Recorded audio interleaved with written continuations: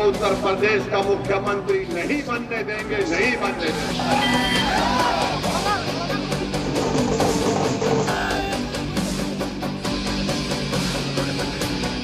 अगर उन्होंने भारतीय जनता पार्टी को चैलेंज किया तो भारतीय जनता पार्टी का कार्यकर्ता उनके चैलेंज को स्वीकार करता है।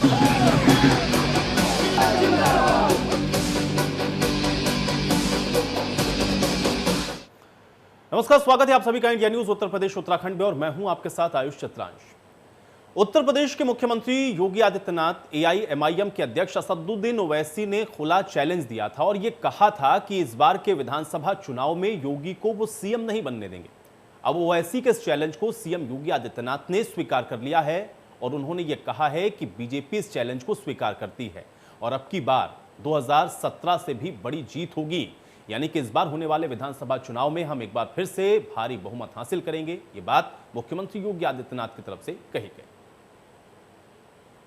योगी को उत्तर प्रदेश का मुख्यमंत्री नहीं बनने देंगे, नहीं बनने देंगे।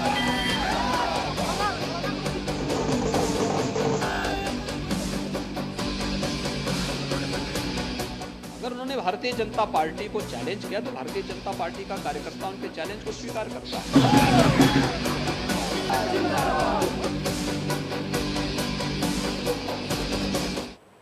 जी हां, तो चैलेंज एक्सेप्टेड है। असदुद्दीन ओवैसी के बयान पर सीएम योगी ने पलटवार करते हुए आज क्या कुछ कहा है, आइए आपको सुनवाते हैं। इंशाअल्लाह दोबारा योगी को उत्तर प्रदेश का मुख्यमंत्री नहीं बनने देंगे, नहीं बनने देंगे। अगर हमारे हौसले बुलंद रहेंगे, मेहनत करेंगे तो सब कुछ होगा इंशाअल्लाह ताला।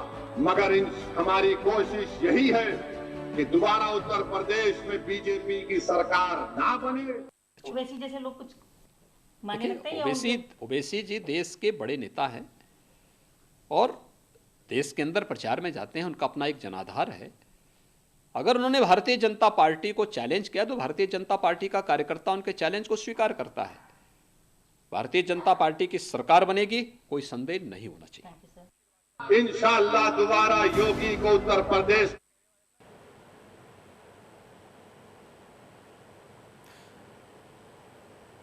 तो वैसे चैलेंज देते हैं और उसके बाद उस चैलेंज को मुख्यमंत्री की तरफ से किस तरीके से स्वीकार किया गया है, ये हम आपको दिखा रहे हैं। पहले आपने सुना कि असदुद्दीन ओवैसी ने किस तरीके से जो बयान है वो दिया था, जिसमें उन्होंने कहा कि कोशिश ये है कि यूपी में बीजेपी की सरकार ना बने, हमारे हौसले बुलंद हैं और बुलंद रहेंगे और हम दोबारा से यूपी के अंदर बीजेपी की सरकार को नहीं बनने देंगे, नहीं बनने देंगे। ये बात कही उन्होंने। संकल्प मोर्चा के साथ मिलकर के हम चुनाव लड़ेंगे। 100 सीटों पर असदुद्दीन ओवैसी ने यह भी कहा कि वो अपने खुद के कैंडिडेट उतारने वाले हैं। तो इस तरीके से एक चैलेंज दिया गया असदुद्दीन ओवैसी की तरफ से और उन्होंने इस बात को मंच से कहा और अब उसी पर मुख्यमंत्री योगी आदित्यनाथ ने कहा। देखिए क्या कहा उन्होंने ये कहा कि हम ओवैसी के चैलेंज को स्वीकार करते हैं। ये बात मुख्यमंत्री योगी आदित्यनाथ की तरफ से कही गई, जो बात असदुद्दीन ओवैसी ने चैलेंज के तौर पर कही थी। योगी आदित्यनाथ ने जवाब देते हुए ये कहा कि हम उनके इस चैलेंज को स्वीकार करते हैं। 2017 से भी ज्यादा भारी मत से इस बार हम सरकार बनाने वाले हैं। अब ओवैसी को लेकर के राजभर ने भी बयान दिया कि ओवैसी भी उत्तर प्रदेश के सीएम बन सकते हैं और उत्तर प्रदेश में मुसलमान करीब 20% हैं। इस बात का जिक्र राजभर की तरफ से किया गया और मुस्लिमों की भी सत्ता में भागीदारी होनी चाहिए, इस बात की पैरवी राजभर की तरफ से भी कही गई। मुसलमान का बेटा क्यों सीएम या डिप्टी सीएम नहीं बन सकता है, ये सवाल भी इसके साथ उन्होंने उठाया था और क्या मुसलमान होना गुनाह है, इस बात को भी उन्होंने इसके साथ जोड़ा। तो भागीदारी संकल्प मोर्चा, उसके ही अंदर एआईएमआईएम जो कि उनके भागीदार हैं और ऐसे में अब राजभर की तरफ से भी इसको लेकर के इसकी पैरवी की गई। सियासी पार्टियां अपना दांव चलना शुरू कर चुकी हैं उत्तर प्रदेश के अंदर। ये बात ओवैसी के इन बयानों के मायने के तौर पर समझें। यूपी में ओवैसी छोटे दलों के साथ गठबंधन करके चुनाव लड़ेंगे और ओवैसी के पास यूपी में ज्यादा कुछ खोने के लिए नहीं है, इसलिए ओवैसी के ये बयान के जो मायने हैं वो भी अपने आप में बेहद महत्वपूर्ण हैं। अब उत्तर प्रदेश में विधानसभा चुनाव में ओवैसी खेल बिगाड़ सकते हैं, क्योंकि जिस वोट बैंक का वो बार बार जिक्र करते हैं वो कहीं ना कहीं इसके लिए उनके लिए कारगर तौर पर काम करेगा। पश्चिमी यूपी में आजाद समाज पार्टी के साथ गठबंधन है, पूर्वांचल में ओम प्रकाश राजभर के साथ, और ओवैसी दलित और मुस्लिम वोटरों में अपनी पैठ को बनाना चाहते हैं, इसलिए ओवैसी के ये बयान और इसके मायने अपने आप में बहुत अहम हैं। ओवैसी ने 100 सीटों पर चुनाव लड़ने का भी ऐलान कर दिया है। हालांकि ये बात अलग है कि अब 100 सीटों पर जो कैंडिडेट्स हैं वो कैसे चुने जाएंगे, कहां से लाएंगे, ये भी सवाल इसके साथ में जुड़ा हुआ है। लेकिन अब इन तमाम बातों के बीच में जो चैलेंज है वो उत्तर प्रदेश के अंदर मुख्यमंत्री योगी आदित्यनाथ के द्वारा स्वीकार किया गया, जिसमें उन्होंने इस चैलेंज को स्वीकार करते हुए इस बात को भी कहा कि ओवैसी देश के बड़े नेता हैं और अगर वो इस तरीके का चैलेंज देते हैं तो भारतीय जनता पार्टी का एक एक कार्यकर्ता उसको स्वीकार करता है। और उन्होंने खुद इस चैलेंज को स्वीकार करते हुए कहा कि इस बार उत्तर प्रदेश के अंदर 2017 से भी ज्यादा बहुमत के साथ हम सरकार बनाएंगे। तो क्या बयान के मायने ये है कि अब की बार 300 पार और जो चैलेंज स्वीकार किया गया है, अब इससे आगे उत्तर प्रदेश की जो राजनीति है वो और किस तरह से गर्माती हुई दिखेगी। आज इसी पर चर्चा करते हैं। कुछ मेहमान मेरे साथ जुड़े हैं, डिबेट को ओपन करते हैं। उनका परिचय पहले मैं आपके साथ करवा देता हूं। हरीश श्रीवास्तव जी हमारे साथ जुड़ चुके हैं, प्रवक्ता हैं भारतीय जनता पार्टी के। हरीश जी, बहुत स्वागत है आपका इस चर्चा में। कपिल श्रीवास्तव जी हमारे साथ जुड़ रहे हैं, प्रवक्ता हैं समाजवादी पार्टी के। कपिल श्रीवास्तव जी, आपका भी स्वागत। हेमंत तिवारी जी हमारे साथ जुड़े हुए हैं, वरिष्ठ पत्रकार हैं। हेमंत तिवारी जी, आपका भी स्वागत। और अजमल खान जी हमारे साथ जुड़े हुए हैं, प्रवक्ता हैं AIMIM के। अजमल खान जी, आपका भी बहुत स्वागत है। अजमल जी, आज की डिबेट की शुरुआत मैं आपसे ही करूंगा, क्योंकि असदुद्दीन ओवैसी ने जिस बात को कहा, जिसमें उन्होंने कहा कि उत्तर प्रदेश के अंदर अब यूपी के अंदर बीजेपी की जो सरकार है वो नहीं बनने देंगे। आज मुख्यमंत्री ने कहा कि असदुद्दीन ओवैसी बड़े नेता हैं और अगर वो इस तरीके का चैलेंज दे रहे हैं तो मैं उसको स्वीकार करता हूं, 2017 से भी ज्यादा प्रचंड बहुमत के साथ हम सरकार बनाएंगे। कैसे देखा जाए इसको? देखिए, बीजेपी की सरकार है और हम बीजेपी की सरकार के विरुद्ध इलेक्शन लड़ने जा रहे हैं। मेरी पूरी कोशिश होगी कि इस बीजेपी सरकार को हम सत्ता से बेदखल कर दें। इसके लिए हमने 8-9 पार्टियों से गठबंधन किया है। हम अपने तौर पर उसकी तैयारी कर रहे हैं और हम उन्हें दोबारा सत्ता में नहीं आने देंगे, ये बात हमने कही है। लेकिन अजमल खान जी, ये कैसे होगा? सवाल इस बात का है क्योंकि एक तरफ तो आप ये कह रहे हैं कि भागीदारी संकल्प मोर्चा के आप लोग जो है हिस्सा हैं, 100 सीटों पर AIMIM अपने खुद के कैंडिडेट उतारने की भी बात करती है। उसके बाद फिर विपक्ष भी है, समाजवादी पार्टी भी है, जो कि बार बार इस बात को कह रही है कि सत्ता में इस बार वो वापसी करने वाले हैं। एक तो आपका एजेंडा क्या रहेगा और किस आधार पर आप ये कह रहे हैं कि बीजेपी को आप लोग सत्ता में वापस नहीं आने देंगे? इसका आधार क्या है, साथ में ये भी समझाइए। अजमल खान जी, देखिए, लगातार उस पर लगातार जो गिरावट आई है हमारे समाज को लेकर, उसकी बात पहली बात है। मुसलमानों ने लगातार तमाम पार्टियों को वोट दिया, कांग्रेस से लेकर समाजवादी, BSP, लेफ्ट। अगर ये बात एक मुसलमान लीडर कह रहा है तो मेरे समझ से कोई दिक्कत नहीं। यही राजभर जी थे जो बीजेपी के साथ थे 2017 में, तो बहुत अच्छे थे और बीजेपी की सरकार में राजभर जी हमारे साथ। तमाम छोटे छोटे दल जो उनके साथ थे वो हमारे साथ है। तो मेरे ख्याल से इस राजनीति में उन्हें भी कोई दिक्कत नहीं होनी चाहिए। बहुत बढ़ा चढ़ा के बात की जाती है मुस्लिम वोट बैंक की। अरे भाई, हिंदू वोट बैंक पूरा दिल्ली में था, भाजपा बहुत जोर से इलेक्शन लड़ी थी, आप पार्टी के खिलाफ हार गई। आप पार्टी यूपी में आ गई, वो हिंदू वोट बैंक में वो शेयर लगा रही है। योगी और उनकी पार्टी को बचाना है कि जिस बताना है कि जिस हिंदुत्व के दम पे वो आए थे वो कहाँ रह गए। हमारे साथ जितने भी सहयोगी दल है सब उसी धर्म से आते हैं। अगर वो लोग हमारा साथ दे रहे हैं तो डेफिनेटली हम इस पार्टी को अपनी सत्ता में नहीं आने।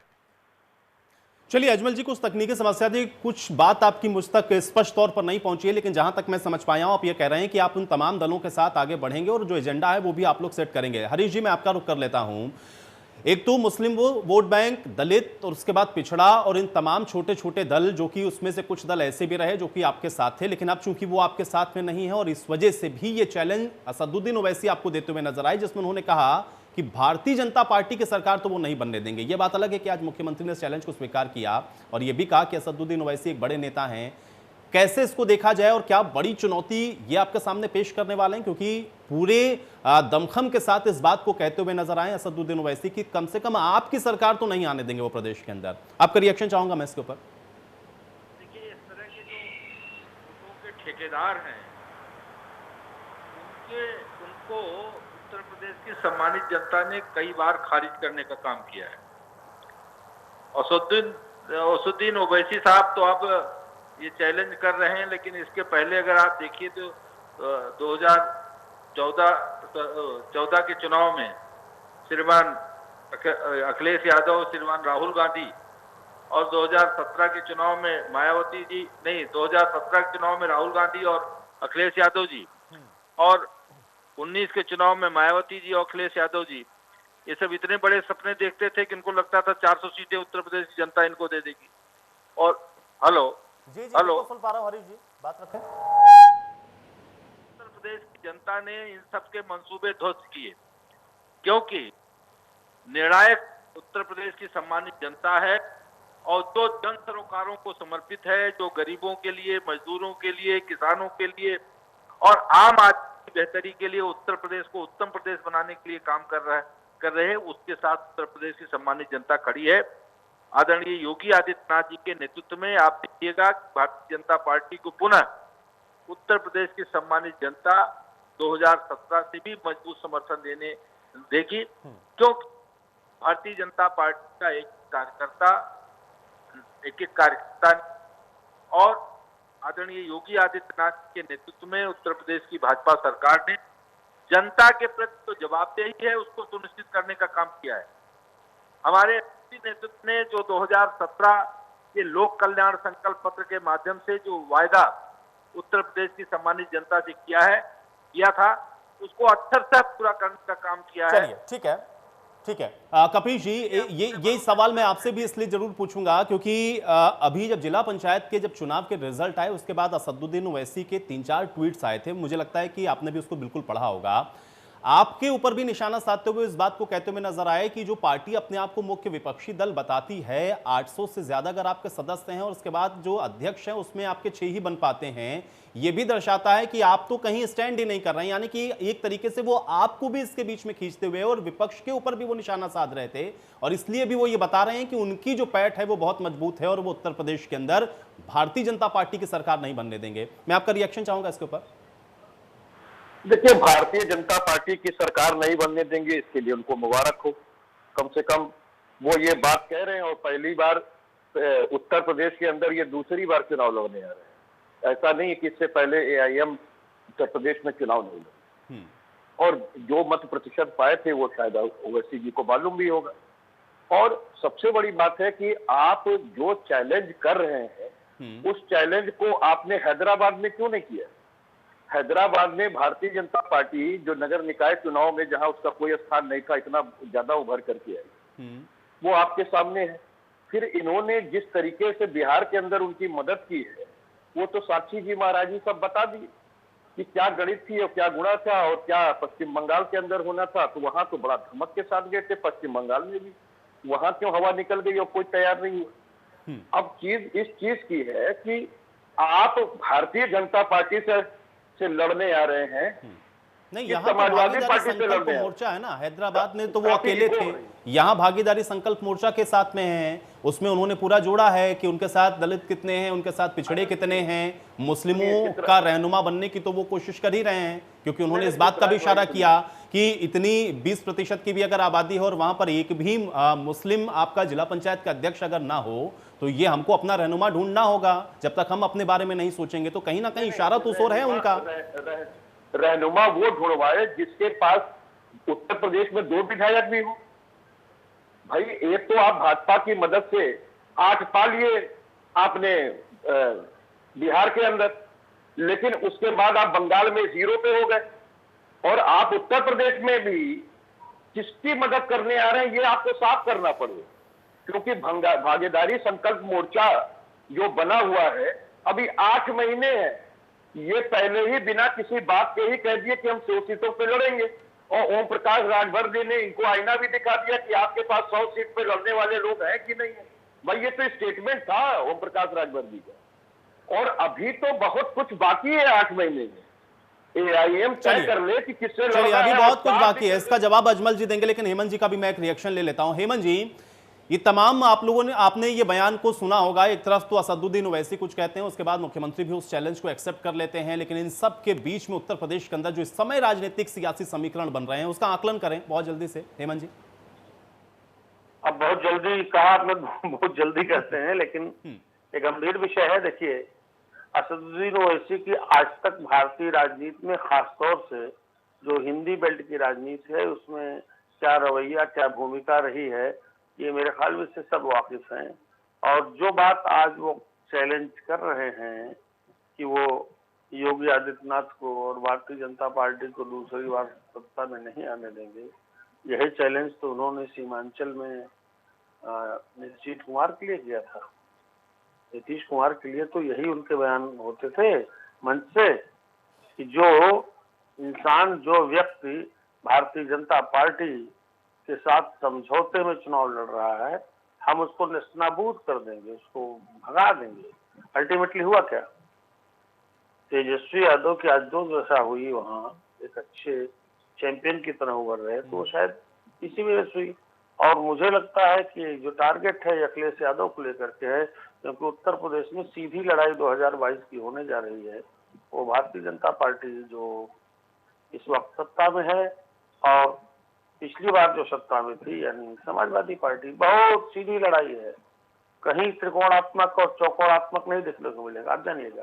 दूसरा, आपने वातावरण की बात कही, 2 बातें बड़ी महत्वपूर्ण है। वातावरण उत्तर प्रदेश में कैसे धीरे धीरे बन रहा है आप देख सकते हैं। अभी आपके यहाँ खबर, इस डिबेट के पहले जो खबर चल रही थी, या आपने जो हेडलाइंस बोली आयुष, उसमें एक खबर थी कि वो आदित्य बन करके आरिफ ने क्या क्या किया और उसके खिलाफ मुकदमा और जेल भेजा गया।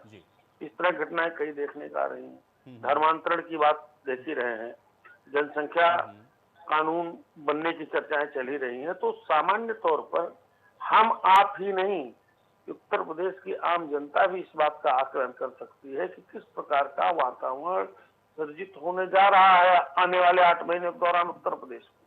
पर यहाँ 2 बातें हैं।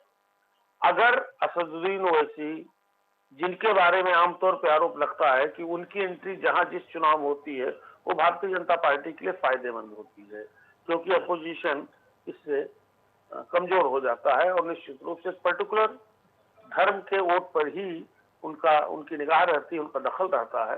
तो निश्चित रूप से भारतीय जनता पार्टी के मुकाबिल जो पार्टी होती है उसका चलिए हेमंत जी, इसका थोड़ा सा और आकलन करेंगे, थोड़ा विश्लेषण और करेंगे। मैं अभी आपके पास दोबारा वापस लौटूंगा। अजमल जी का मैं रुख कर लेता हूं। अजमल जी, मैं चाह रहा हूं कि सबकी बातों का जवाब देते चलें, क्योंकि मोटे तौर पर एक बात, चाहे समाजवादी पार्टी की तरफ से, चाहे वरिष्ठ पत्रकार का अपना खुद का आकलन, और भारतीय जनता पार्टी ने भी इसी बात की ओर इशारा किया। सीधे तौर पर यह कह रहे हैं कि एक तो पहली बात यह है कि पहले आप अपने आप को देखें, अपना जो संगठन है उसको देखें, और आप जिस आधार पर दावा कर रहे हैं उससे कुछ होने वाला नहीं। और सपा तो ये भी कह रही है कि जहां जहां आप लड़ते हैं फायदा इनको पहुंचाते हैं, यानी कि सीधे तौर पर यह चुनौती आपकी अखिलेश यादव के लिए है। कैसे आप उत्तर प्रदेश के अंदर भारतीय जनता पार्टी को आने से रोकेंगे? मैं चाह रहा हूं कि जवाब दें अजमल जी। पहली बार भारतीय जनता पार्टी कल्याण की सरकार बनी ना, तो यही लोग थे। पहली बार सपा की सरकार बनी तो भाजपा के समर्थन से बनी। दूसरी बार कल्याण सिंह जी की सरकार बनी, 3 मुख्यमंत्री बने। कहाँ थे ये सारे लोग जो आज बड़े बड़े दावे कर रहे हैं? अटल बिहारी वाजपेयी जी की सरकार बनी, हम तो कहीं पिक्चर में नहीं थे, हमारी पार्टी नहीं थी मतलब। उसके बाद भी देखिए आप, उसके बाद जब 2014 का इलेक्शन हुआ तो हम कहाँ थे भाई? हम तो नहीं थे, फिर भी बन गए। 2019 के इलेक्शन में हम 1 के बजाय 3 सीटों पर इलेक्शन लड़े। एक सीट महाराष्ट्र की थी जिस पर हमने 25 साल से चला आ रहा गठबंधन बीजेपी और शिवसेना का, उसके कैंडिडेट को हराया। वो तो मुस्लिम बाहुल नहीं थी। किशनगंज वाली सीट मुस्लिम बाहुल थी, हम वहां हार गए। एक बात ये हुई। हम बिहार में पहली बार इलेक्शन लड़ने का, एक कैंडिडेट को छोड़ के हमारी सारे की जमानत जब्त हो गई।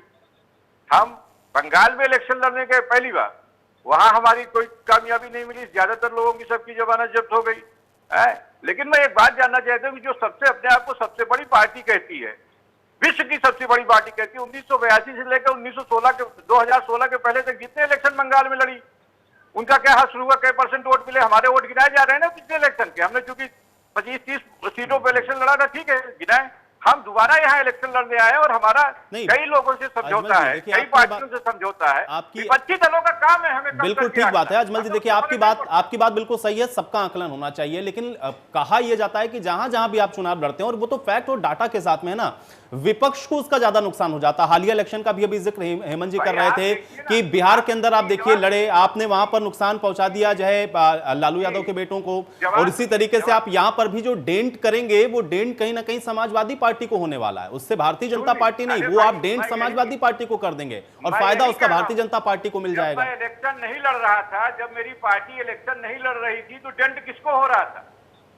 जब मेरी पार्टी इलेक्शन नहीं लड़ रही थी तो भाई 2017 में हमारी कोई हैसियत नहीं थी, आपने भी कोई हमारे ऊपर शो नहीं किया था। कहां चली गई थी समाजवादी पार्टी? सारा काम बोल रहा था। तो ये इलेक्शन है ना। अब ये कह देना कि हम इलेक्शन न लड़े, ये सारे इलेक्शन जीत जाएंगे, अगर ऐसा कभी हुआ हो तो आप बता दीजिए। आखिर बंगाल में इलेक्शन हुआ ना, बीजेपी पूरे जोर शोर से गई थी, कितने बड़े बड़े दावे कर रहे थे वहां हमारे होम मंत्री जी। क्या हुआ? जनता ने दूसरी तरह वोट दे दिया। ममता जी बरकरार रही ना, थोड़ी सीटें उनके बढ़ गई ना। ये इलेक्शन है, हम यहाँ इलेक्शन लड़ने आए और हमने तमाम छोटी पार्टियों से समझौता किया है। हम इस बात की कोशिश कर रहे हैं कि जो सरकार इन पावर है उसको हम बेदखल करेंगे सत्ता से। चलिए ठीक है, एक एक करके रिएक्शन लेते हैं। हरीश जी जवाब दें। नहीं, देखिए, मैंने तो बहुत साफ बात कही कि जितने भी इस तरह के जो वोट के ठेकेदार बनते हैं या जो अपने को लोकतंत्र का मालिक समझ रहे हैं, वो कहीं न कहीं गलतफहमी में है। देश की जनता लोकतंत्र की मालिक है, लोकतंत्र, और वही तय करती है कि हम किसको सत्तासीन करेंगे और किसको सत्ता में आने नहीं देंगे। तो ये जो असदुद्दीन ओवैसी साहब हैं, ये सबकी आत्मा में या तो बैठ गए हों, इतने बड़े महापुरुष हों कि वो सबकी आत्मा में जो कहा जाता है कि वो नियंता जो है वो कण-कण में विद्यमान, देहत हो कण-कण में विद्यमान हो गए हैं कि वो प्रोफेसी कर रहे हैं कि हम ऐसा होने देंगे या ऐसा नहीं होने देंगे।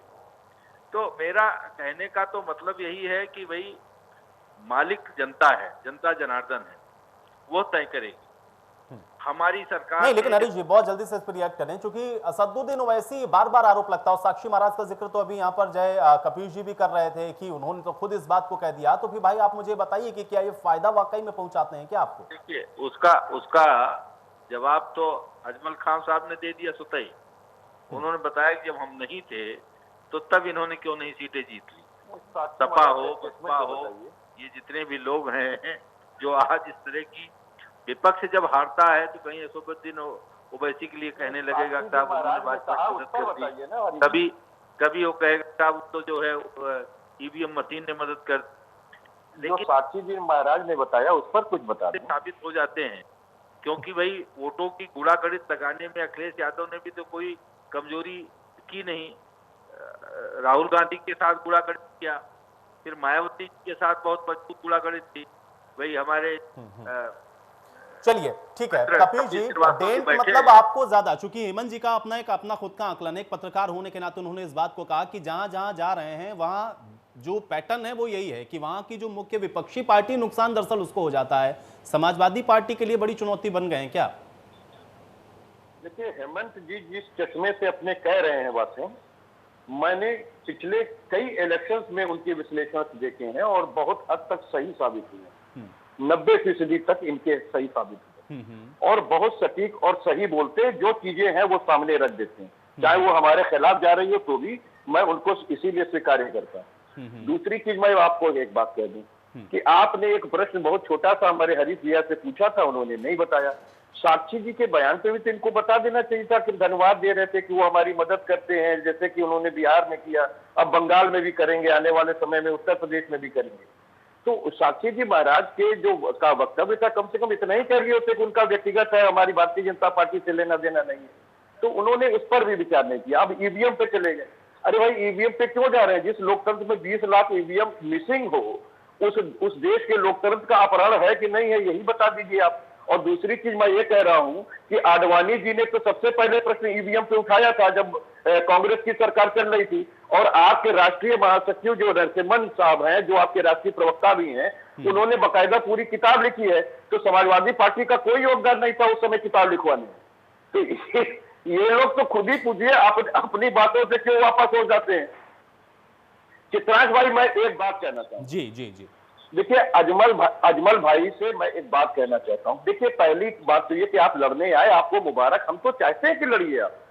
भारतीय जनता पार्टी से आप कह रहे हैं हमारी लड़ाई है, बिल्कुल ठीक बात, हम मान ले रहे हैं आपकी भारतीय जनता पार्टी की लड़ाई।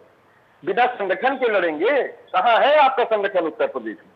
और 100 सीट कहां से मांग रहे थे? तो राजभरी साहब देने के लिए तैयार नहीं, उन्होंने साफ कह दिया कि उनके पास कहां 100 सीट है, होती तो हम दे देते, कहां से 100 सीट उनको दे देंगे।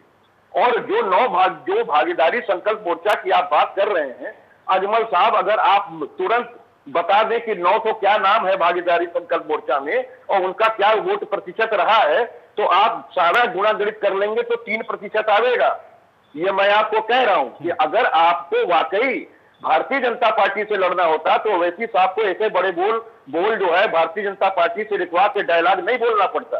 भाई ये नूरा कुश्ती चलिए मैं कैसे? क्विक क्यों नहीं? रिएक्शन लेता हूं तभी तो अजमल जी से, मैंने क्योंकि मुझे ये बार बार नूरा बताया कुश्ती जा रहा है चल रही अजमल जी शायद उनको कहीं जाना है, इसलिए अजमल जी का ही मैं रिएक्शन लेता हूं, क्विक रिएक्शन। अजमल खान जी। देखिए भाई, ये इलेक्शन में हमारे खिलाफ ये भी लड़ेंगे, इनको कहने का सब कुछ राइट है। हमने साफ कहा कि हम पहली बार इलेक्शन लड़े 20-25 सीटों पर, तो हमें वोट नहीं मिले, हमें बंगाल में नहीं मिले, हमें बिहार में भी नहीं मिले थे पहली बार इलेक्शन लड़।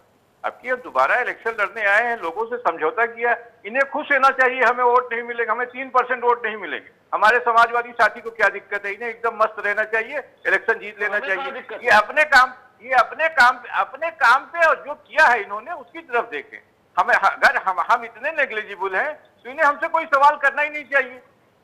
नहीं ठीक है, चलिए देखिए लोकतंत्र के अंदर सबको अधिकार है भाई अपना अपना बात रखने का, उन्होंने अपनी बात रखी। लेकिन अजमल जी मैं एक चीज जानना चाह रहा हूं, देखिए चुनाव में जब आप जाएंगे तो इससे तो आप इनकार नहीं करेंगे ना अजमल जी। एक तो आपको संगठन चाहिए होगा और आपको कार्यकर्ता चाहिए होगा, आपको ये भी चाहिए होगा जो 100 कैंडिडेट हैं उसको कैसे चुनेंगे, कहां से लाएंगे, ये सवाल है ना। एक सेकंड का पीछे मैं जवाब देता हूं अजमल जी। हम कहां से कैंडिडेट लाएंगे और हमारे कार्यकर्ता और एजेंडा भी क्या होगा ये भी बताइएगा। हमारे वोट बैंक जिस पर नजर है सिर्फ उनकी रहनुमाई करनी है।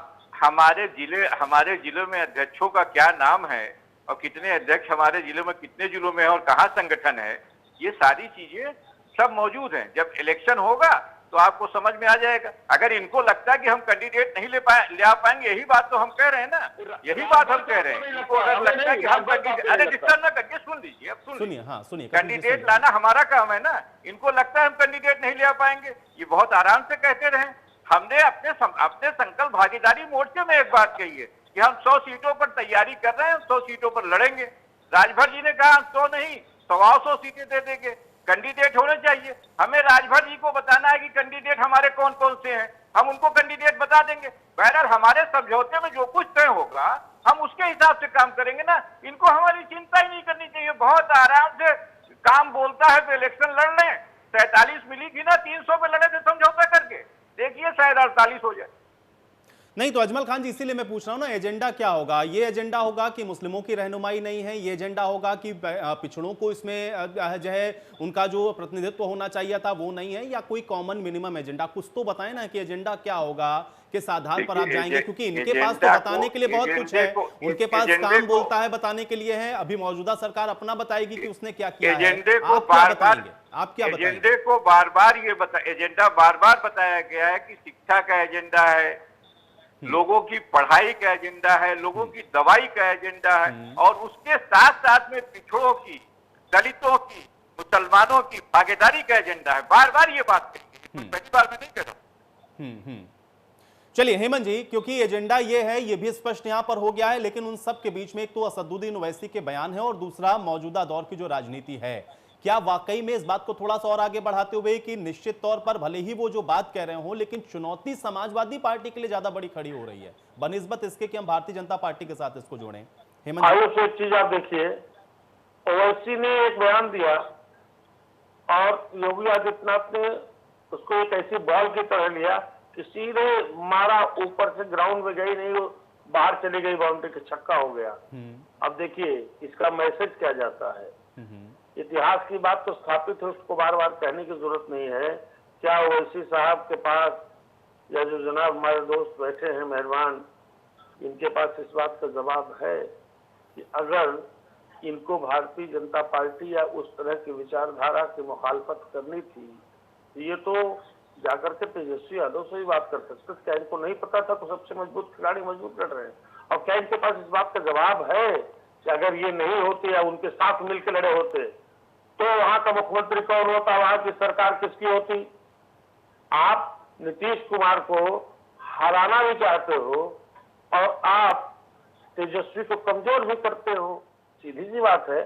दूसरी बात, इनको इनका पैराफर्नेलिया, इनको इनका अपना ऑर्गेनाइजेशन मुबारक, लेकिन मैं तो पूरे उत्तर प्रदेश को देखता हूँ, इस जिले में कौन सा इनका संगठन है। हालांकि सबको चुनाव लड़ने का अख्तियार है, कहीं भी लड़ सकता है, 100 नहीं 200 सीटों पे, 300 सीटों पे, लेकिन उसका जो उपसंहार होगा, उसका जो अंतिम परिणाम होगा, वो देखने वाली बात होगी।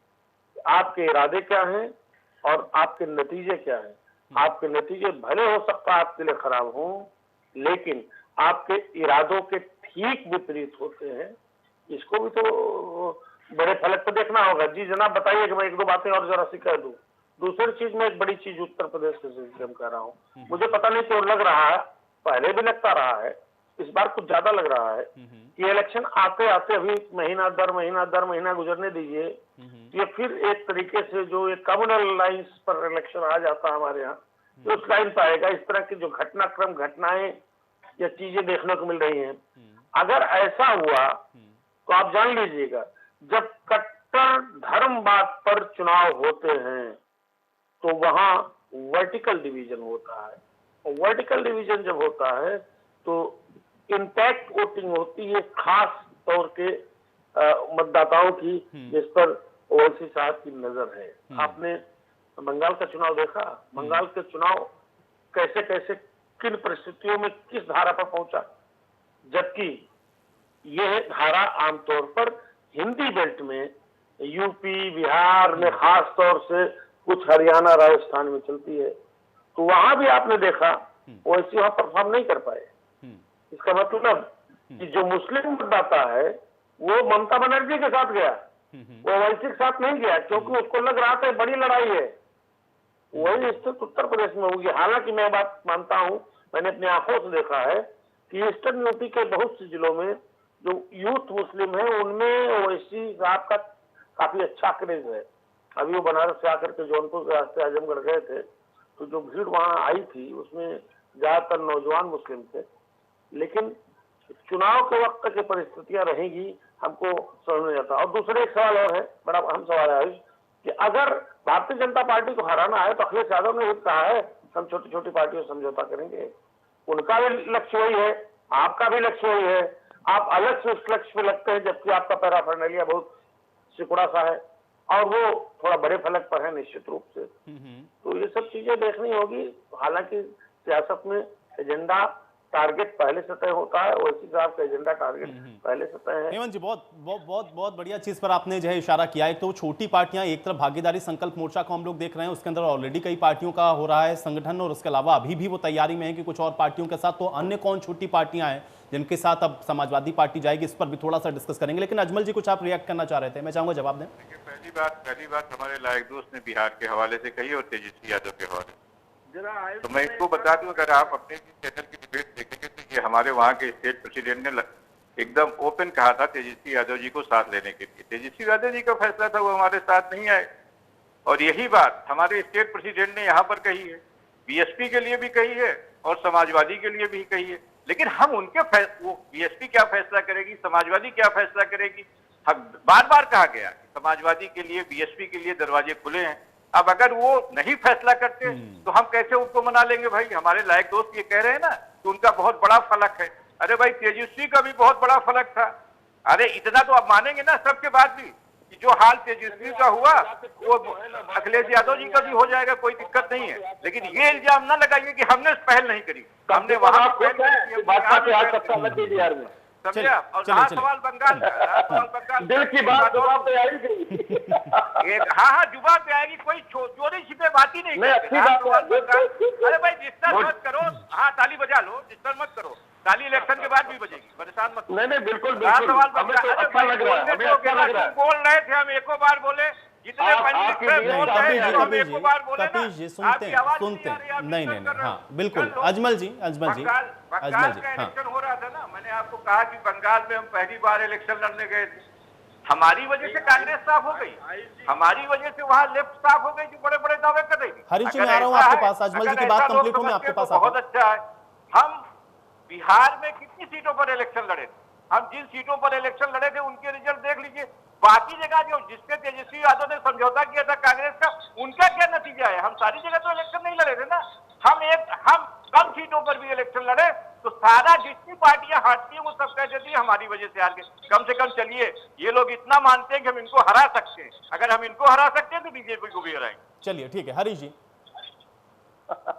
देखिए समाजवादी पार्टी जो भागीदारी संकल्प मोर्चा बना है, श्रीमान प्रकाश राजभर जी और शिवपाल जी और ये सब मिला के बना रहे हैं। ये समाजवादी पार्टी से भी ओम प्रकाश राजभर जी अखिलेश जी से भी मिले, वो आम आदमी पार्टी वाले भी मिले। तो भारतीय जनता पार्टी तो सबकी एक साथ स्वीकार करती है। हमने 17 के चुनाव में कहा था और इस चुनाव में भी हमारे माननीय मुख्यमंत्री जी ने कहा है कि भारतीय जनता पार्टी इस चुनौती को भारतीय जनता पार्टी के कार्यकर्ता स्वीकार करता है। 17 में जैसा कि हमारे नेतृत्व ने कहा था कि सब दल एक साथ आवे या अलग अलग आवे, भारतीय जनता पार्टी सबकी चुनौती को स्वीकार करती है। और मुझे लगता है कि कपिल जी को चाहिए भाई ओवैसी साहब कही रहे कि मैं समाजवादी पार्टी के साथ के चुनाव लड़ना चाहता हूँ, तो इनको चाहिए और ये सब लोग अपने अपने मंसूबे को पूरा कर देना चाहिए। सब लोग एक साथ आ जाए और भारतीय जनता पार्टी से चुनाव लड़ दें, क्योंकि भारतीय जनता पार्टी का ये हमारे नेतृत्व का, हमारे माननीय मुख्यमंत्री का, हमारे माननीय प्रदेश अध्यक्ष का और राष्ट्रीय अध्यक्ष का सबका ये मानना है कि जनता निर्णायक है, जनता ही जनार्दन है, वो निर्णय करेगी और वह निर्णय भारतीय जनता पार्टी के हक में इसलिए करेगी कि ये बिना भेदभाव की सरकार है। वो मुस्लिम हो, सिख हो, ईसाई हो, हिंदू हो या दलित हो या पिछड़ा हो, वंचित हो, सबको लोक कल्याणकारी योजनाओं के क्रियान्वयन में सबका समान रूप से सबको अवसर मिला, समान रूप से सबको लाभ मिला। और विकास की योजनाएं हो या अपराध मुक्त उत्तर प्रदेश की बात हो, भ्रष्टाचार मुक्त उत्तर प्रदेश की बात हो, बहुत ट्रांसपेरेंसी के साथ उत्तर आदरणीय योगी जी की सरकार ने काम किया है। आज तो जंगल राज था वो समाप्ति की तरफ है, सामाजिक अपराध नहीं कहता, सामाजिक अपराध पूरी तरह समाप्त हो गए, लेकिन माफिया राज समाप्त हो और जो लूट थी खुलेआम वो पूरी तरह से समाप्त हुई। आज आप देखिए कि ठीक है सभी राजनीतिक दल अपने अपने तरह से काम करते हैं, लेकिन जो लोग आज पंचायत का चुनाव, जिला पंचायत के कुछ सदस्य जीते, क्या जिस तरह से हंगामा सड़कों पे फिर शुरू हो गया, लोगों को उत्तर प्रदेश के लोग आज भी इस बात से भयग्रस्त रहते हैं कि कहीं अगर ये अराजकता फिर वापस आया तो फिर वही अराजकता सड़कों पर पूरी तरह से साकार हो। तो ये जनता ने हरीश जी देख लिया, हरीश जी देखिए कुछ चीजें तो भाई चुनाव तक मुझको लगता है इंतजार ही करना पड़ेगा। और एक चीज मैं और इसमें जोड़ूंगा, ठीक है ठीक है, ये भी तो आप देख लीजिए। और सरकार ने इस बात को सुनिश्चित किया है कि आज पूरे उत्तर प्रदेश में मैं चुनौती के साथ कह सकता हूँ कि कोई दबंग, कोई गुंडा, कोई बदमाश इस तरह से चलिए ठीक है, चलिए कार्यकाल में थानों से लेकर, चलिए ठीक है, कपिल जी जवाब देंगे अब इसका। कपिल जी देखिए, हरीश जी को एक बात बहुत क्रिस्टल क्लियर कर लेना चाहिए कि लोकतंत्र को खतरा आपसे इस वजह से नहीं कि कपिल श्रीवास्तव कह रहे हैं, इस वजह से कह रहे हैं कि सुप्रीम कोर्ट के 4 कनोरियम के जज जो अपनी आत्मा की आवाज बाहर लेकर के आए थे, उन्होंने कहा था कि साहब इस देश में लोकतंत्र को खतरा है और आज हम अगर अपनी आत्मा की आवाज पत्रकार मित्रों से नहीं कहेंगे तो हमें आने वाली पीढ़ी माफ नहीं करेगी। ये आपके ऊपर प्रश्न था, आपके ऊपर कोविड काल में प्रश्न था कि आप जीनोसाइड करा रहे हैं। आपके ऊपर सुप्रीम कोर्ट ने क्या कहा कि हम मूक दर्शक नहीं बन सकते। आप तो चले गए थे कि आप हमसे नीति मत पूछिए, तो उसने बता दिया आपको कि संविधान के ढांचा में निगरानी का पावर सुप्रीम कोर्ट को है। आप तो सुप्रीम कोर्ट को निर्देशित कर रहे हैं साहब, आप तो लोकतंत्र का हरण कर लिए।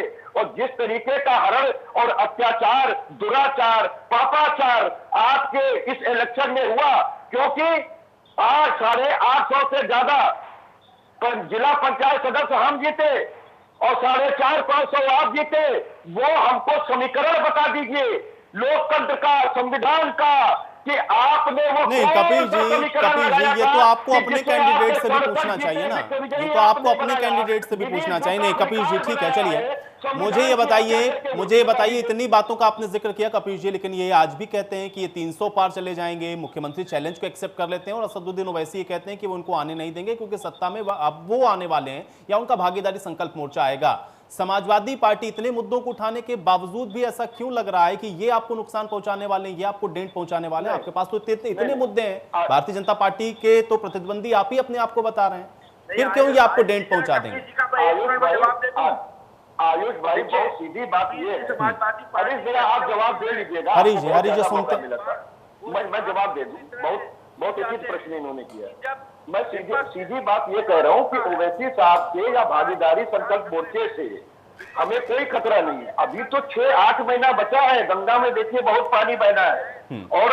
और दूसरी बात मैं आपको कह रहा हूँ कि हमारी पार्टी ने तो स्पष्ट कर दिया था कि हम बड़े दल से कोई गठबंधन नहीं करेंगे, लेकिन छोटे दलों से गठबंधन भी करेंगे, सीटों का तालमेल भी करेंगे। और अभी चुनाव 8 महीने दूर है, बावजूद उसके रालोद हमारे साथ है, महान दल हम लोग के साथ है, संजय चौहान की पार्टी हम लोग के साथ है। और आपको हम बता रहे हैं कि ओवैसी साहब के लिए ये कह रहे हैं हमारे AIM के अजमल साहब, तो प्रदेश के आप अपने हेड को क्यों भेज रहे हैं? ओवैसी साहब अगर आकर के राजभर साहब से मिल सकते हैं तो माननीय अखिलेश यादव जी से भी मिल सकते हैं, क्यों नहीं मिल रहे हैं भाई? और दूसरी बात मैं ये कह रहा हूँ, आप अपनी खुद औकात बता रहे हैं, ये कह रहे हैं कि मैंने बिहार में इतना ही % पाया, वो बिहार में बंगाल में इतना ही पाया, हैदराबाद में भी हम नहीं बचा पाए अपनी। तब आपके ये ओवैसी साहब योगी जी को चैलेंज किसके ऊपर दे रहे हैं, किस नीति पे दे रहे हैं? और तीसरी चीज मैं पूछता हूं कि भाई कहीं वोट मांगने के लिए आपके पास कुछ मुद्दे होने चाहिए। आप उत्तर प्रदेश में एक भी आंदोलन किए हो तो एक फोटो दिखा दीजिए। मैं तो पूछ रहा हूं, सबका साथ सबका विकास करने वाली जो ये भारतीय जनता पार्टी है, जो कहती है कि हम सबका साथ सबका विश्वास सबका विकास करेंगे, इसने डॉक्टर कपिल जो कि MD DM थे, पेडियाट्रिक डॉक्टर थे, जिसने ऐश्वर्य काम किया था, उस पर नहीं, सबका साथ सबका विकास की बात तो सभी करते हैं, सबका साथ सबका विकास की बात तो सभी करते हैं, लेकिन चुनाव तक जाते जाते वो कैसा होता है और किस तरीके से और किन मुद्दों पर चुनाव लड़े जाते हैं, कपिल जी हमने और आपने सबने देखा। बहुत जल्दी से बहुत जल्दी से कंप्लीट करें। आयुष भाई बस एक मिनट केवल मैं चाहूंगा। मैं ये कह रहा हूं कि NSA लगा, उनके ऊपर अत्याचार हुआ, सारे दल जो यहाँ पर थे वो विरोधी दल इनका कर रहे थे, लेकिन आपकी पार्टी कहां थी? और ये भी देख लिए कि इलाहाबाद हाईकोर्ट ने चपेट लगाई इनको कि नहीं वो तोड़ने का नहीं जोड़ने का काम कर रहे थे। बावजूद इसके ये सबका साथ सबका विश्वास कर रहे थे, तो आपका आंदोलन कहां था? आपके प्रदेश कमेटी के लोग कहां थे? आपने उनका साथ क्यों नहीं दिया? तो ये आपको बताना पड़ेगा। और साथ ही एक बात बताइए ना कि जब आप स्वयं अपनी औकात बता रहे हैं कि हमारी कुछ नहीं है और हम दूसरी बार आएंगे तो अपनी औकात नापेंगे, तो किस औकात पे ओवैसी साहब जो है उनको योगी जी को चैलेंज कर रहे हैं?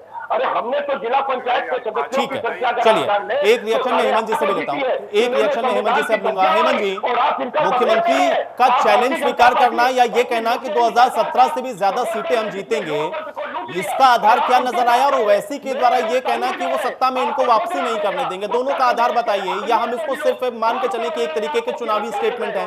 चलिए कपिल जी अब हेमंत जी ये कितना सुलभ गणित है आप देखिए। मैंने क्या कहा, ओवैसी ने एक बाल फेंकी जिसको योगी जी ने लपक के छक्का मार दिया। योगी जी भी तो वही लाइन चाहते हैं जो ओवैसी जी चाहते हैं, ओवैसी जी की लाइन पर उनका जवाब होगा।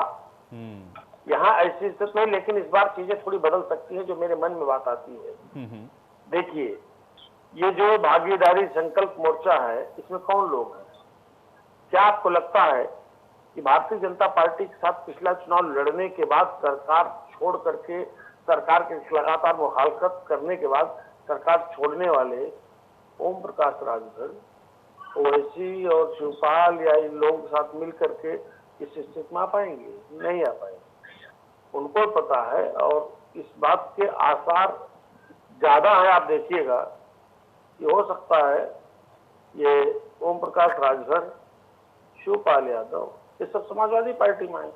तब क्या स्टैंड होगा अजमल साहब का, यानी AIM इनका, असदुद्दीन ओवैसी साहब का?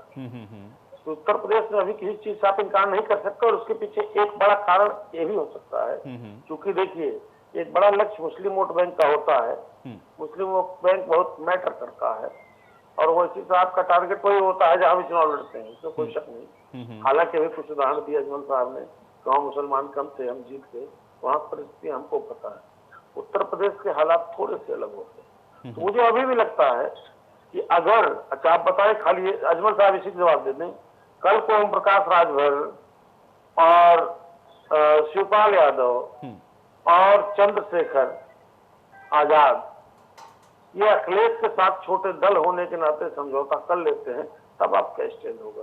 मुझे लगता है इसके भी आसार हैं। और अगर ये दल करते हैं तब बड़ी मुश्किल होगी ओवैसी साहब के सामने, वो क्या करें। अजमल खान साहब जवाब दें।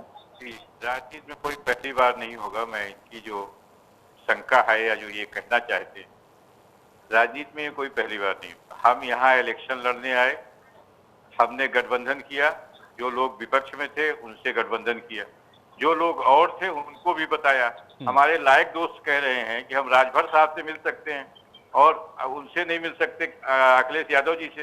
अरे भाई, उन्हें भी सोचना चाहिए, अखिलेश यादव जी के पैर में कोई दिक्कत है क्या? वो ओवैसी साहब से क्यों नहीं मिल सकते? तो अगर अपने आप को बहुत बड़ा कहते, किसी ने भी किसी न्यूज चैनल में बताया कि हमें चिमटे से भी नहीं छूना चाहते, अगर नहीं चिमटे से छूना चाहते तो उसका हस्त झेलने के लिए राजनीति है, ये सब जनता भी तय कर देती है।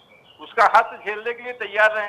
हमने आपसे कहा ना, हमने उनको ओपन किया, अब वो हमें चिमटे से नहीं छूना चाहते या वसूली से नहीं छूना चाहते, ये उनका मसला है। बाकी पार्टियां कहां जाएंगी ये उनका मसला है। हमने अभी जो गठबंधन बनाया है उसके साथ हम पूरी ताकत से, जितनी हमारी ताकत है उससे इलेक्शन लड़ेंगे।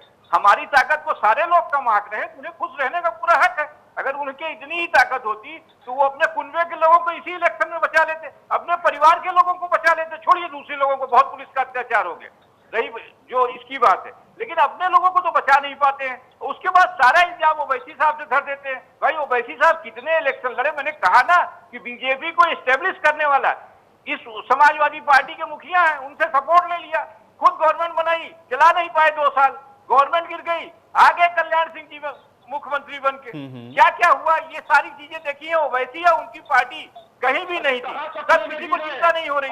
हम अभी इलेक्शन लड़ने हैं, सारी चिंता हमको लेकर है ना, तो इनकी चिंताओं का हम स्वागत करते हैं और इनकी चिंताओं का रिजल्ट भी दिखाएंगे। उत्तर प्रदेश में समाजवादी पार्टी ने सरकार बनाई। चलिए, लेकिन अजमल जी आपने इस बात का जवाब नहीं दिया जो हेमंत जी ने कही कि अगर कल को इनका मिलन हो जाता समाजवादी पार्टी के साथ में, तब स्टैंड क्या होगा आपका? मैंने पहले भी कहा ना कि तमाम सारे राजनीतिक गठबंधन टूटे, पहला जवाब मैंने वही दिया। अगर वो जो भी इस संकल्प भागीदारी मोर्चा में है, अगर कोई भी खटक जा सकता है, सब आजाद, कोई भी एक आदमी, 2 आदमी चला जाए, 3 आदमी चला जाए, हम अपनी जगह इस सरकार के खिलाफ इलेक्शन लड़ते नजर आएंगे। ये हमारा स्टैंड है, इसमें कौन सी बात। चलिए कपिल जी जवाब दें आप।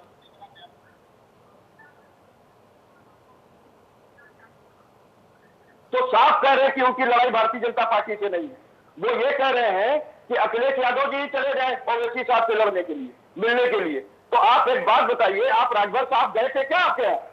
और आप राजभर साहब से बहुत बड़ा मान रहे हैं ना। सुन लीजिए, आप मुझे बताइए, एक पार्टी जिसने 4 बार उत्तर प्रदेश में सत्ता बनाई है, बीएसपी और कांग्रेस हमारे विरुद्ध लड़ रहे थे, कोई फर्क नहीं पड़ता, सब में जाता है और सबको मालूम है कि हमारा वोट कहाँ है। हमने 4 बार सत्ता चलाई है और 2012 से 17 में जो हमने अद्वितीय काम किया था वो जनता देख रही है और तरस रही है इस समय कि कहां भारतीय जनता पार्टी के हाथ में सत्ता समा दी। एमएलसी की काशी क्षेत्र की डबल इंजन की सरकार जो नरेंद्र मोदी जी की कॉन्स्टिट्यूएंसी है उसको समाजवादी पार्टी ने रोका है, चाहे स्नातक हो चाहे शिक्षक सीट रही हो। तो आप गफलत में रहिए और आप उत्तर प्रदेश को गफलत में रखने की कोशिश कीजिए, लेकिन यहाँ की जनता बहुत महान है, चाहे किसी वर्ग धर्म और जाति की हो, सब आपको समझते हैं कि आपकी लड़ाई किससे है। हमारा तो सीधे कह चुका है कि जो हमारे राष्ट्रीय अध्यक्ष जी भाई देखिए, हेमंत जी ने अभी जिस ओर इशारा किया, अगर वो गठबंधन बनता है तो क्या चैलेंज या फिर कुछ चुनौती आपको लग रहा है? या तो आप बार बार कह रहे हैं कि पूरा विपक्ष ही क्यों ना आ जाए, आप अडिग हैं और आप 300 के पार ही जाने वाले हैं, इसका आधार क्या है, थोड़ा बताइएगा। जनता के प्रति हमने जवाबदेही सुनिश्चित करने का काम किया है और जन सरोकारों के प्रति जो प्रतिबद्धता है वो भारतीय जनता पार्टी के सबसे बड़ी प्राथमिकता है। और इसीलिए भारतीय जनता पार्टी कहती है कि सबसे पहले देश और फिर पार्टी और फिर कार्यकर्ता। तो हमारी जो प्राथमिकता है, हम पंडित दीनदयाल उपाध्याय जी के अंत्योदय के सिद्धांत पर काम करते हैं, गरीबों के चेहरे पर खुशहाली लाने के लिए काम करते हैं। तो ये जो हमारा जो सरकार ने काम किया योगी आदित्यनाथ जी के नेतृत्व में, आप देखिए कि जब भी विपक्ष हताशा में आता है तो इसको कहता है कि तो लोकतंत्र खतरे में है, संविधान खतरे में है, संवैधानिक खतरे में है। तो ये जो कपिल जो स्लोगन बता रहे थे, पुराना विपक्ष का स्लोगन की भारतीय जनता पार्टी ये सब एक बिल्कुल। लेकिन हरीश जी देखिए, ग्राउंड पर बहुत सारी चीजें ऐसा होती हैं जो कि 5 साल के अंदर बहुत बदलती हैं। पिछली बार के चुनाव में इस बार के चुनाव में अंतर ये होगा, इस बार आपकी अपनी पार्टी का परफॉर्मेंस, आपकी अपनी सरकार का परफॉर्मेंस भी उसमें जुड़ेगा, क्योंकि पिछली बार तो समाजवादी पार्टी थी, आपने बताया इन्होंने नहीं किया। पहला सवाल यह है। दूसरा यह है कि कुछ जो साथी आपके रहे, जिनकी एक बड़ी भूमिका रही आप लोगों की सरकार को बनाने में, वो आपके साथ में नहीं है, वो आज भागीदारी संकल्प मोर्चा का हिस्सा बन रहे हैं। ये जो चुनौतियां हैं, और तीसरा जिसको आप लोग कभी चर्चा में स्वीकार नहीं करते हैं, आप सब यहां बैठकर ये कहते हैं सबका साथ सबका विकास, लेकिन जाति का वोट बैंक के आधार पर या किसका कितना वोट बैंक है, ये गुणा गणित सब लगाते हैं, उसको कैसे साधेंगे? ये तीनों ही सवालों को एक साथ जोड़ते हुए मुझे ये बताएं कि ये जो चुनौतियां हैं ना, इससे कैसे पार पाएंगे? नहीं, देखिए, भारतीय जनता पार्टी जातियों के गुणा गणित के आधार पर चुनाव नहीं लड़ती, लेकिन ये अवश्य है कि समाज में जो भी वर्ग, जातियां, वर्ग जो भी लोग हैं, सबका प्रतिनिधित्व हो। और वो ये भारतीय जनता पार्टी का नेतृत्व इस बात का ध्यान रखता है कि लोकतंत्र में सबकी भागीदारी सुनिश्चित होनी चाहिए, और उसके लिए पार्टी काम करती है और कैंडिडेचर भी उसके हिसाब से बनाती है कि ताकि सबका, समाज के सभी वर्ग, जात, समुदाय का प्रतिनिधित्व मिल सके। और आप इस सबसे जो मुसहर जाते, सबसे वंचित समुदाय थे, वो जो नट होते हैं, जो बागों में अक्सर टेंट लगा के रहते थे, ऐसे समुदाय से भी भारतीय जनता पार्टी करती है। और हुआ है, आप जातिवादी नहीं है, आपने अपना दल ऐसे क्यों किया हुआ है, किसके वजह से किया हुआ है? आपने अपने प्रदेश कमेटियों की जो लिस्ट बनाई थी उसमें इसीलिए मैंने कहा कि ये बातें आप लोग भले ही कोई चर्चा या किसी डिबेट में मत स्वीकार करें, लेकिन ये बात बिल्कुल फैक्ट है कि इन सारे आधार को भी कहीं ना कहीं देखा जाता है और इन आधार पर ही चुनाव होते हैं। अगर मुद्दों पर होते ना तो काम भी बोल रहा था और बहुत सारे विकास की बातें बार बार भी कही गई, उस पर भी जनता कहीं ना कहीं मोड़ लगा देती। बहुत शुक्रिया आप सभी का समय निकालने के लिए, आज इस चर्चा का हिस्सा बनने के लिए। हालांकि मुख्यमंत्री योगी आदित्यनाथ के द्वारा जो चैलेंज है उसको तो स्वीकार कर लिया गया है और 300 के पार की बात भी कह दी गई है, लेकिन अब उत्तर प्रदेश के अंदर जब चुनाव होंगे तो फिर वहां जो राजनीतिक सरगर्मियां हैं वो कैसी होंगी और उस चुनाव में इसका इंपैक्ट क्या होगा और इस चैलेंज को जो स्वीकार किया गया उसके मायने क्या होंगे, इसके लिए आपको इंतजार करना पड़ेगा। आज फिलहाल उत्तर प्रदेश विशेष में मेरे साथ इतना ही। इंशाअल्लाह दोबारा योगी को उत्तर प्रदेश का मुख्यमंत्री नहीं बनने देंगे, नहीं बनने देंगे।